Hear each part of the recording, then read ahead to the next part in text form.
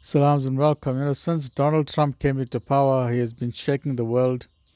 In his latest move, he has totally put a freeze on USA aid, United States aid. And this is a good thing that America has been doing. America has been, and very few people knew about this, America has been helping more than 100 countries with more than 40 to 60 billion, with a B, $1 billion every year, helping them in disaster areas, helping them with food, helping them with poverty alleviation. More than 100 countries, right? US aid, very powerful. They've got more than 10,000 staff working in that organization in more than 100 countries.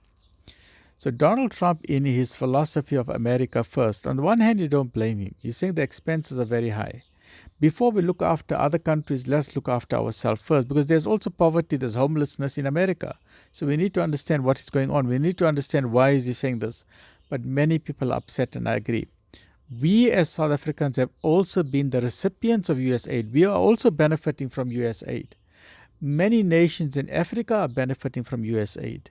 Many people in Pakistan, India, so more than 100 countries. And now by Friday, he's saying, boom, everything is frozen.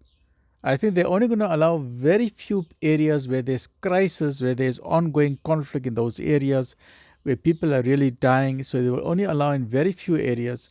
So that entire 40 to 60 billion dollars is frozen and is going to be used inside America.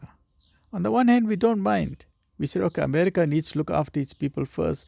But what about the millions who are now going to be suffering as a result of this very, very serious, very controversial decision? And it is a decision that's not going to affect America, but it's affecting 100 countries over the world. And who are the ones going to suffer? The poorest of the poor. They say when you're on the ground, that's when people come and they kick you in your teeth. What do you think? What do you think? Is this good? Or is this something very controversial? Let me know your thoughts. Stay well, look after yourself. Alhamdulillah.